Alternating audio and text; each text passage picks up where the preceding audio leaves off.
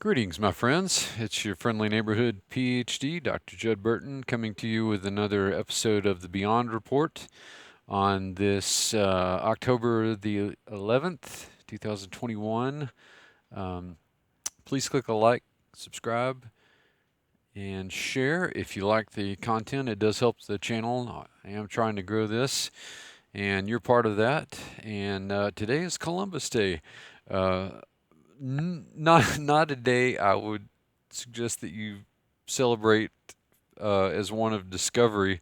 Of course, there's a whole conversation about Columbus and the let's just say less than benevolent intentions and activities that he and his expeditions took part in that ended up in the deaths of about 250,000 natives just from his 5 expeditions. Um, what I always used to tell my students is celebrate Leif Erikson Day because we know that he got here before Columbus. So Columbus wasn't even second or third. Uh, of course, the Native Americans, the Aboriginal occupants of the Americas, actually discovered the continent. And there's plenty of evidence to suggest, more than suggest, that old worlders um, from antiquity and the classical period all the way into the medieval period made their way to this continent as well. Heck, even uh, Columbus's own journals verify that he and his crew saw the domes of mosques in Cuba. Uh, and we now know that West Africans were making trips to um, the New World as early as the 1300s, 1200s and 1300s. So this certainly makes sense. And when you consider that you have people from the ancient world like the Phoenicians who were already sailing out past the Straits of Gibraltar and colonizing northwest Africa, they were trading tin in Cornwall, England. Um, all they would have to do is to basically find the currents that would take them across the Atlantic, and it wouldn't be any work on their part. And of course, we actually do have some Phoenician remnants in the New World, including both inscriptions and anchors that have been found off of the coastlines of both North America and South America. On the Pacific end, you've got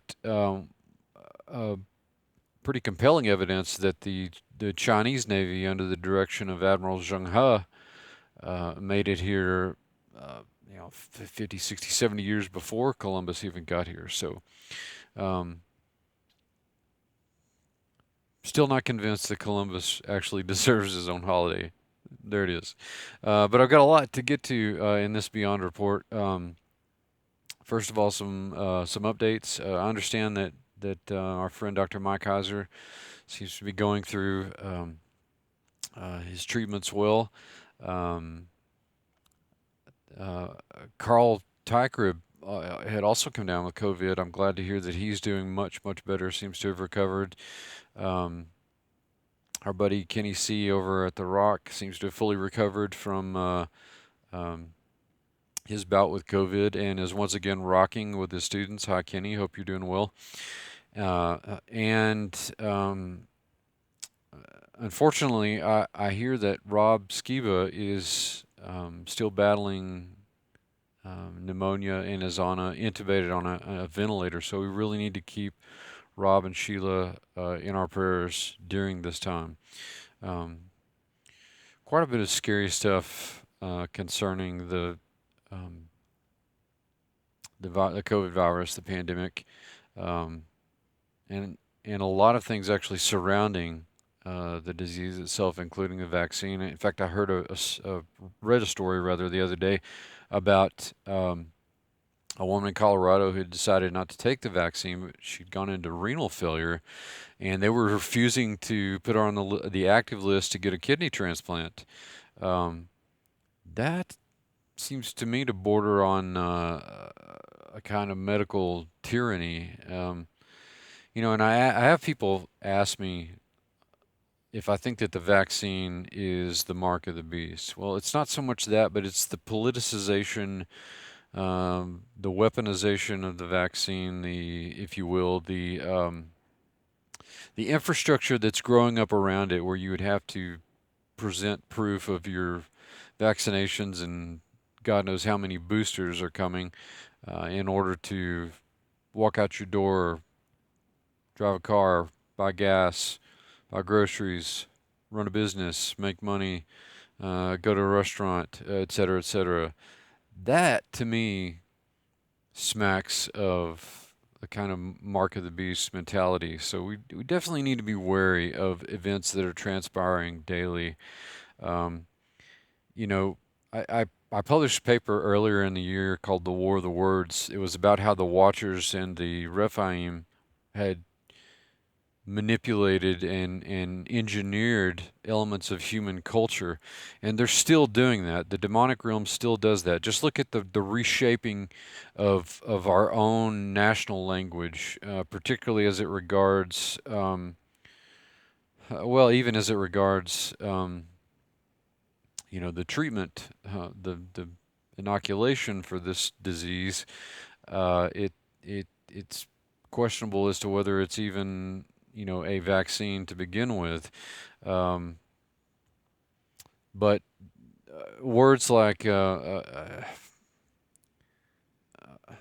people that are wanting to change out gender pronouns to accommodate perceived other genders, or replace the word mother with birthing persons, and just sterilize and make the language sexless, essentially. Um, this sort of 1984 Newspeak-esque treatment of the that's just the English language, but it's happening in many languages. This smacks of this kind of the exact same kind of cultural engineering, manipulation of ideation that I wrote about in War of the Words. And I'll put a link to that paper if you want to get a copy of it in the description. Um, but it's all the more evidence that we're involved as believers. We're involved in a supernatural war. We're in the midst of it, and perhaps even at this time of the year in October, we feel it more because of the timing of the year and um, um, the kinds of things that happen in greater abundance at this time of the year. Um, so again, I would extend this entreaty to people. Um, I teach coursework that deals directly with this supernatural war and how it intersects with culture and what the biblical perspective on these sorts of things are. And so I don't think there's ever been a time when believers and people in general should be more informed about the supernatural reality that we find ourselves in. It becomes more important day by day. And of course, if you subscribe to a biblical worldview, then implicitly you should already subscribe to the supernatural worldview, not this sterile theology that's bereft of context, that seems to be so popular and prevalent in modern Western Christianity. It's almost anathema to the idioms and the context of the Bible to begin with, and so I would extend that invitation to you to come and study at the Institute of Biblical Anthropology. I teach online coursework on many supernatural topics: biblical demonology, um, folkloric creatures, the demonic connection there, mythology, and much about the biblical world in general. So again, consider prayerfully. Taking those courses with me, and I'll have some deals to talk about in just a moment that will help save you some cash um, in moving forward with those kinds of studies.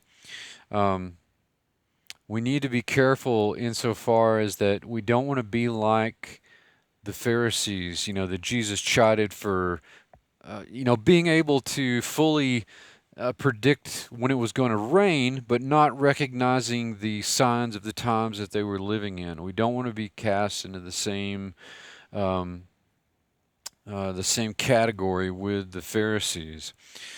And Speaking of timely things and pop culture and how this is intersecting, I wanted to review a program that I recently watched on Netflix, and my buddy Cliff Owen. Thanks, Cliff, for recommending this. By the way, my brother from another mother uh, said you have to watch this series called Midnight Mass on Netflix, and I said, okay, what's it about? He said it's about vampires and demons and small towns, and it really jives with kind of the idea of the coursework that you're doing, your ideas about the connection between vampires and the demonic. So okay, I'll give it a run. And so on his informed suggestion, I watched the whole thing. I binge watched half of it in a over a couple of days, and then finished it out in one day. Um, and it's an it's actually a really good, well written series on vampires. One of the best that I've ever seen, and it puts the vampire as the villain, but not quite in the way you would think. Um, I don't want to completely give a spoil, maybe a um, half spoiler alert, but it takes place um, in a small town on an island. The tone of it is somewhere between Salem's Lot and Twin Peaks, if you're familiar with both of those works, the Stephen King work and the David Lynch series. Um, and it very at the center of the story is a priest in this one church town, and uh, he goes on a trip to the Holy Land. And long story short, he has a literally an experience on the road to Damascus while he's in the Holy Land, and has an encounter with an angel, um, clearly a fallen angel, and this sparks off the whole series. And it he returns to the town, not necessarily in the way that you think, but I'll just point out a couple of things that as I said, it puts the vampire in the villain role, but very cleverly.